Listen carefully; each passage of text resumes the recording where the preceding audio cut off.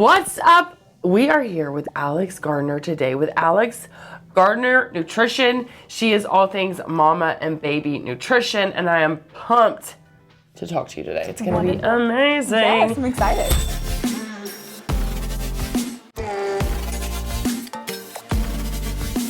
Okay, so before we get into the weeds of everything, we always have rapid fire.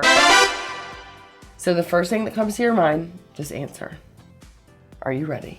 I'm ready. Chocolate or vanilla? Chocolate. Oh, yes. Do you like dark chocolate or milk chocolate? It depends. Oh. I like a dark chocolate bar, but like if we're talking cupcakes, like I want the milkiest milk chocolate frosting. You know what? No one's ever said that before, and I'm 100% with you. Okay, reading books or watching TV? Oh my god, I like both. Me too. What are you reading right now?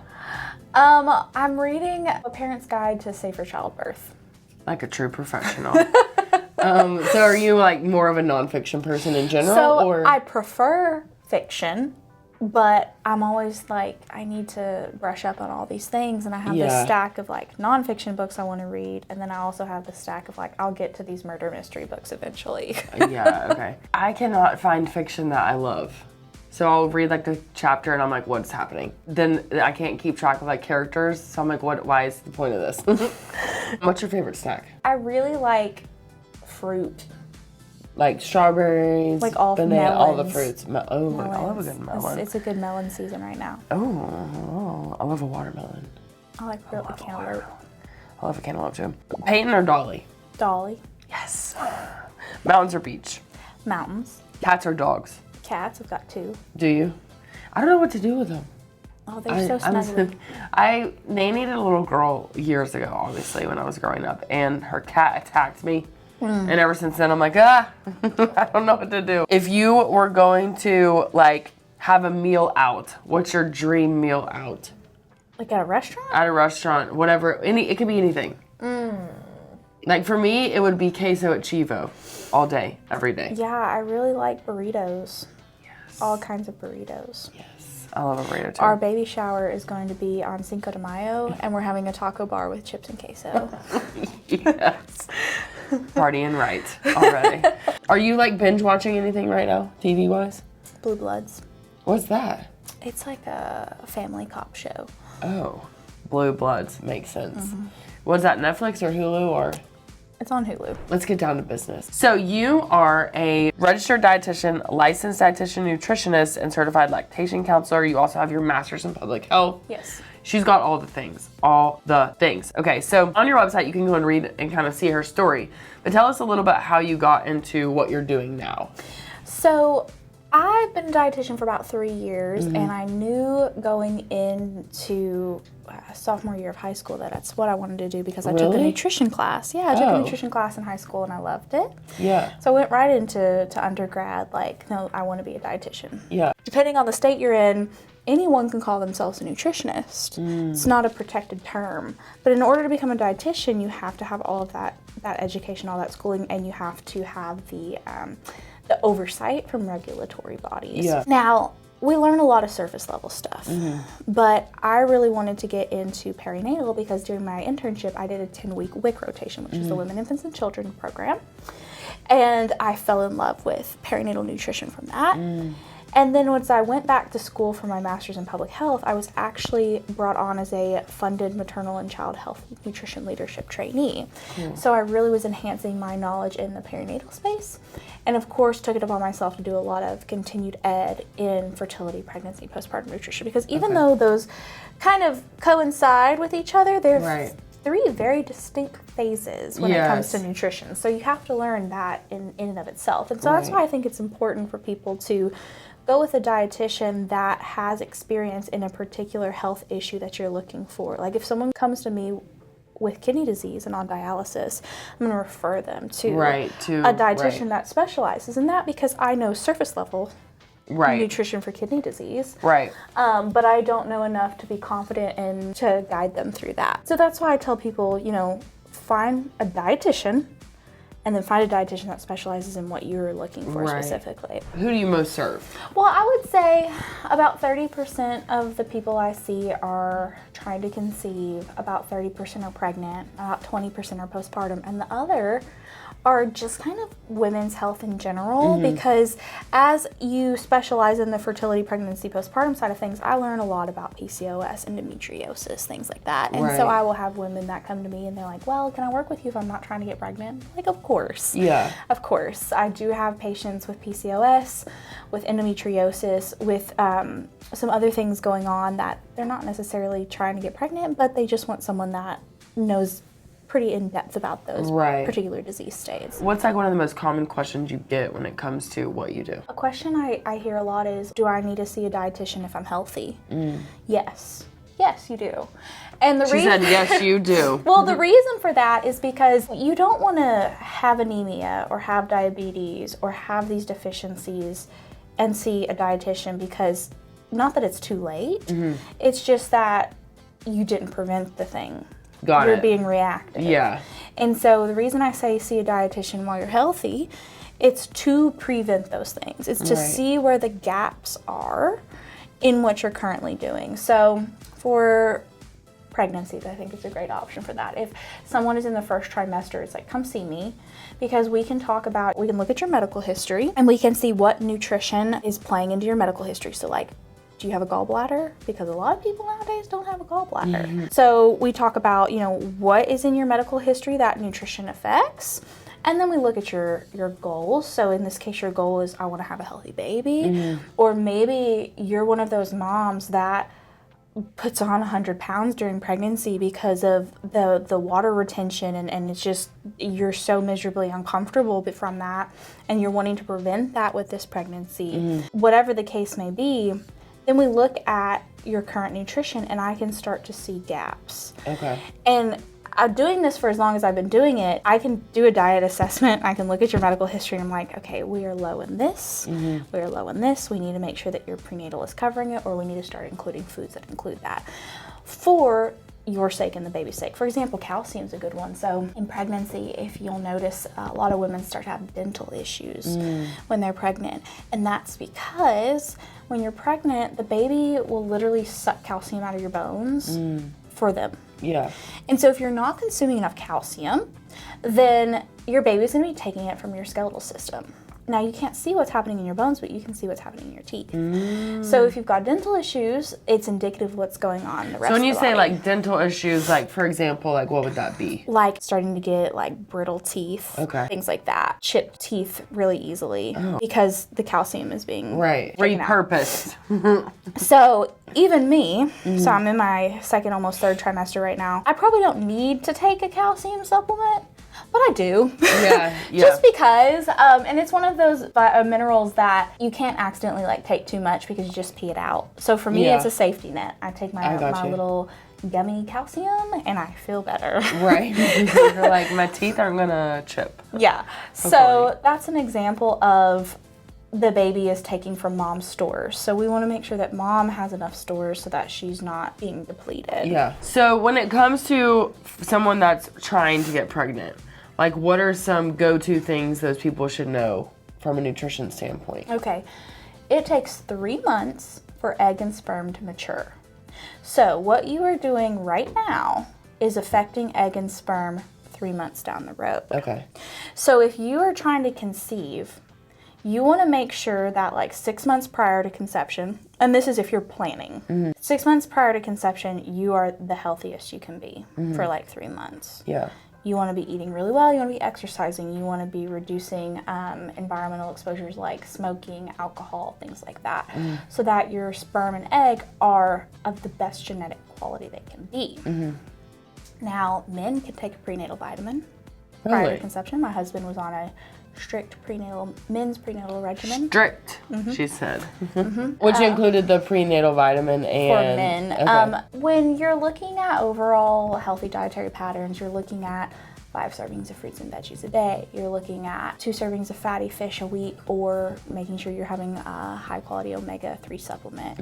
Looking at reducing alcohol or not having alcohol. Looking at making sure you're being physically active, things like that. Because you have to think, egg and sperm are just cells. And that's what makes cells healthy, are the vitamins and minerals you get from fruits and veggies, or making sure that you have healthy omega-3s in your diet for cell health and all the things. So those are what makes cells healthy. And you want to make sure you're prioritizing that, because once conception happens, there's no changing genetics. You can have epigenetics, which is where environment turns genes on or off, but the foundation is there. And so even if you're fertile, you still want to optimize the quality of the egg and sperm health. So just to kind of make the distinction, so there's like the difference between like prep and making sure you're creating like the healthiest cell, egg and sperm, but then also the piece about like, is there nutrition that makes you more fertile, or is it like one and the same? Yeah, so when you're optimizing quality, you are improving your fertility, because sometimes what can happen is, and I see this a lot actually, is a lot of women are undernourishing themselves. And what I mean by that is they are not consuming enough calories. And when you're not consuming enough calories, you're not consuming enough micronutrients. And unfortunately, that's because of the invasive diet culture that we have today. Now, if your body is not getting the energy it needs, which is what calories are, if your body's not getting the energy that it needs to sustain itself, it's not going to want to sustain a pregnancy. So that's something to look at too, is, are you eating enough? And 95% of the women I work with do not eat enough food. Really? Yes. 95%, not just fertility, pregnancy, postpartum. 95% of the women I work with do not eat enough food. And you think it is like a diet culture mentality, basically? Like yeah, they're like, I want to lose weight, so I need to eat less calories, but that's not necessarily the case. If you're putting your body into a starvation mode, it retains. It doesn't want to release because it thinks you're in a famine. Yeah. So if you are consistently giving your body what it needs, then it can start to be like, oh, okay, we're not starving. We can start to release some of that. And so as you get older, you have less and less follicles that are being produced. And you're also producing, I don't want to say lower quality eggs, but you want to make sure that you are eating of the utmost importance that you can. You want to make sure that you might be supplementing with CoQ10, because as you age, your body starts producing as much CoQ10, which can help with egg health and things like that. With men, they just regenerate on the daily. But with women, you have to be careful in terms of like, you only have a finite number of eggs. Yeah. So then let's move on to like pregnancy. So what is most important nutritionally when it comes to pregnancy? And then also, what if you're super sick? Are there foods that you recommend? Like, what nutrients do you need regardless? Like, what does that look like? I do a great training on this. On my website, it's like a 30-minute video on nutrient needs by trimester, where we go into first, second, third, fourth trimester being postpartum. Yeah. What you really want to look for first trimester is the folate for neural tube development. You want to look for choline, which is also for neural tube development. So those are the really big ones in the first trimester. And then in the second trimester, you're looking at calcium for bone development. And you're also looking at iodine for brain development. Third trimester, you're looking at iron, because that's when the baby is getting their iron stores for the first 6 months. So that's something really important to look at, as well as the omega-3 fatty acids, because the brain is gaining mass during that time, and you want to have a baby with a big brain. So those are things you want to look at. And then when it comes to if you are really, really nauseous, calories at that point are the most important. Doesn't really matter where they came from. In the first part of pregnancy, when you're nauseous, a dip in blood sugar will make it so much worse. So if you keep a mega box of Goldfish crackers on you at all time, and you are nibbling on something at all time, it keeps your blood sugar from dropping and making you more nauseous. Yeah. By trimester, go check out her video, because she goes over kind of what that looks like. What kind of support should someone be asking from a partner through this process of like pregnancy nutrition? Oh, that's hard. Usually when you live together, you kind of have the same dietary habits.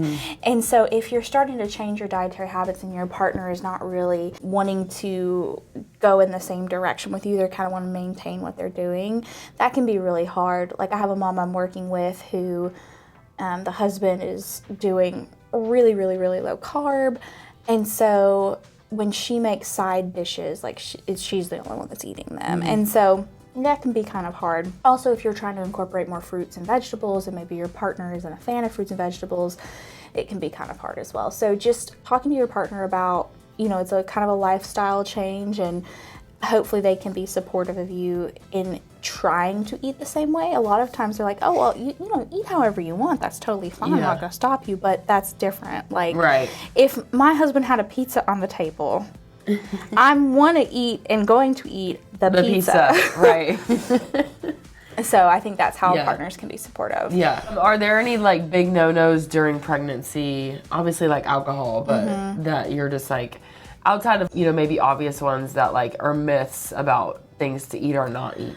In America, you can eat soft cheese because it's pasteurized. Okay. It's made with pasteurized milk. The issue with eating soft cheese is when you go to Europe and they make cheese with raw milk. Right. It's perfectly fine. It's when you are consuming unpasteurized products that's the risk. And then what about like lunch meats? You can have lunch meat if it's steaming hot. So when I go to Subway, I will have them double toasted. Okay. The problem is not the meat itself, it's the slicer.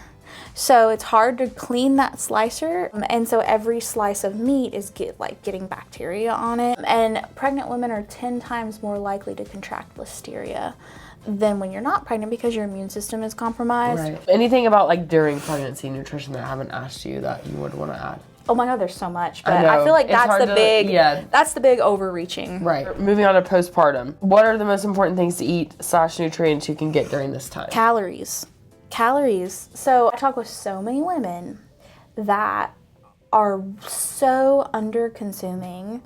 It's not their fault. It's because it's 3:00 in the afternoon and they realize they haven't eaten anything because they're taking care of a newborn. Right. And that doesn't even, it's like you don't even realize what time it is because you're waking up every 2 hours. Right, yeah. So just literally an adequate amount of calories. So a lot of times I'll talk with moms about calorie-dense, nutrient-dense foods. So avocados are higher in calories, cheese higher in calories, nuts higher in calories, nut butters are higher in calories. So those are things that if you were to have a higher calorie snack, it can help get those calories into your day. And especially if you're breastfeeding, you're not only meeting your metabolic demand, but you're also having to, it's 500 extra calories per child. And the reason I say per child is because I just worked with a breastfeeding mom of twins.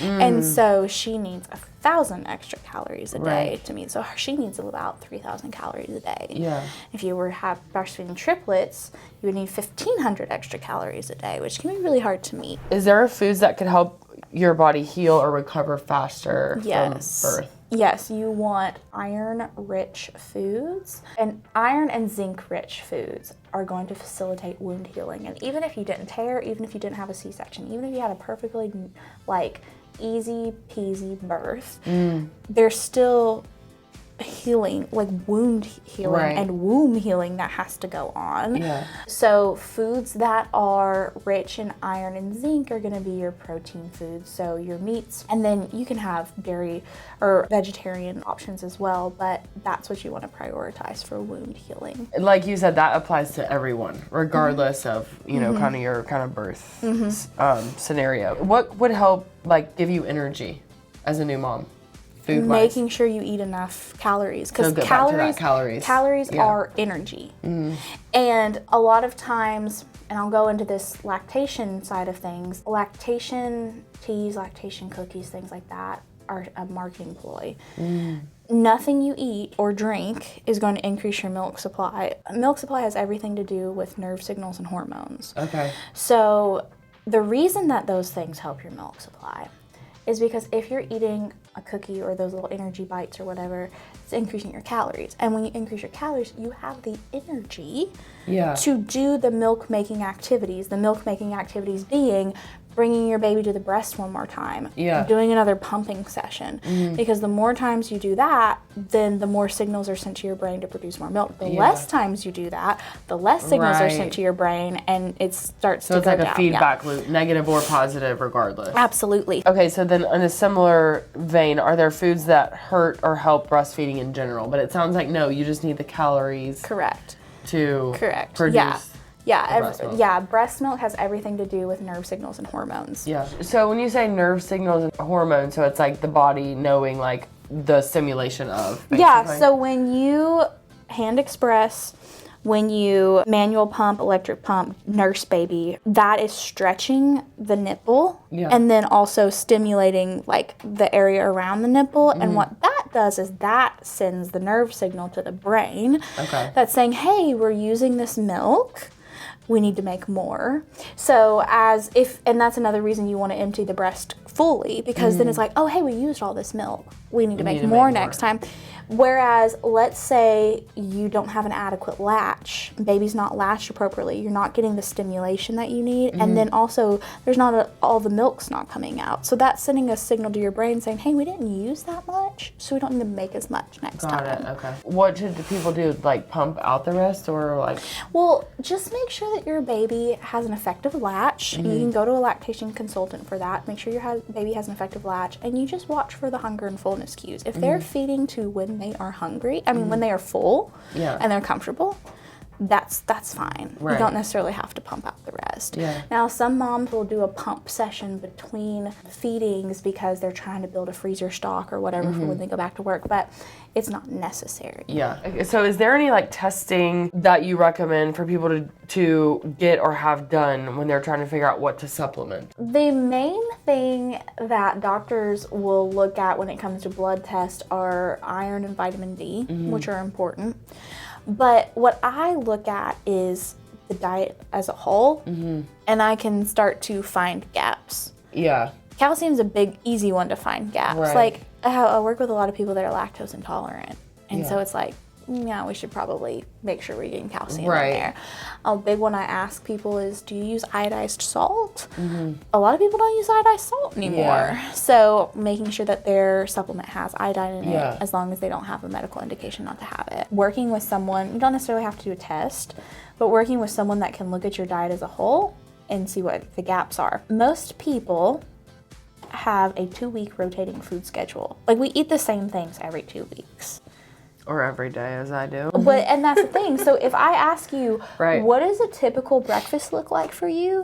You're going to name off a couple things that you normally have for breakfast, and that's literally all you have for breakfast. And then I'll ask, what does a typical lunch look like for you? And you'll give me a couple of meals, and really that's kind of in your rotation. And same with dinner. Like, you have like a handful of meals that you really just rotate through. You have a handful of snacks that you rotate through.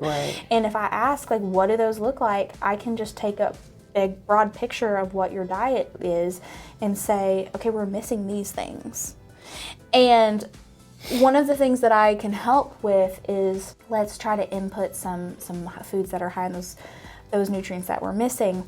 Or I have a really cool meal planning software where I can put your nutrition prescriptions. And what that meal planning software will do is you put in your preferences, like your cooking skill level, how long you want to be in the kitchen, leftovers, blah, blah, blah, blah, blah. And it'll populate recipes and meal plans for you based on how to combine all that stuff within a day. And so then you start to see how you should be combining foods throughout the day, throughout the week, to get all the nutrients in that you need. Okay, so when it comes to working with you, I know you have kind of different packages or options. Like, if people want to work with you, what would that look like? What do you offer? So I am currently in network with Blue Cross Blue Shield, Aetna, United Healthcare, and I'm working on Cigna, but they are closed to dietitians in the state of Tennessee right now. But I'm sending appeals being like, hey, I'm one of the only perinatal dietitians in the state. You need to let me in. So if you have insurance, on my website I have a tab, an insurance tab, and it walks you through the exact questions to ask your insurance rep on if services are covered. Now, if you have a fully funded plan, and what I mean by that is not an employer plan. If you have an insurance plan through your employer, usually they can cherry pick what they're going to cover. Yeah. But if you have like a fully funded plan, usually there are, well, with Blue Cross Blue Shield, there's 12. With Aetna, there's 10. With United, I think there's 12 as well. But you get preventative nutrition services. That means nothing has to be wrong with you at no deductible, no copay. Oh, wow. And that's per year. Wow, yeah, that's cool. So what I do a lot of times is I will verify, or I will have the patient verify their coverage, and then we do a complimentary Zoom where we talk about, okay, what resources would be beneficial for you, and what does your insurance cover? And then we can look at, do we want to just maybe do what your insurance covers, or are you going to need additional resources of things your insurance might not cover? And then I kind of put that out to people to say, okay, here's all the options. So what's going to work best for you? I think this would work best based on what you're telling me. Right. But that's a decision you need to make on your care plan. But most insurance policies cover preventative nutrition at no deductible, no copay. Which is awesome. And then let's say you used all of your preventative benefits, then it usually switches over to medical, which means it's still usually covered. It's just covered at a copay. Got it. Okay. Unfortunately, we are considered specialists, which yes, I do consider myself a specialist, but what that means is you're paying the specialist copay. Okay. I don't get paid as a specialist, but you're having to pay the specialist copay. Right. So that's the only difference between like the preventative and the medical. I do offer some things that are not covered by insurance, like the meal planning software that people find really helpful.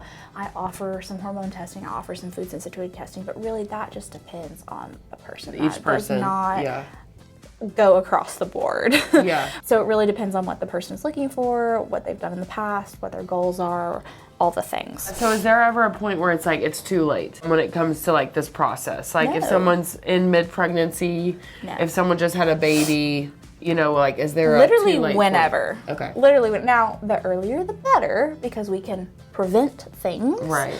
Like I would much rather see you first trimester than third trimester, but maybe you didn't know I existed until the 38th week of pregnancy.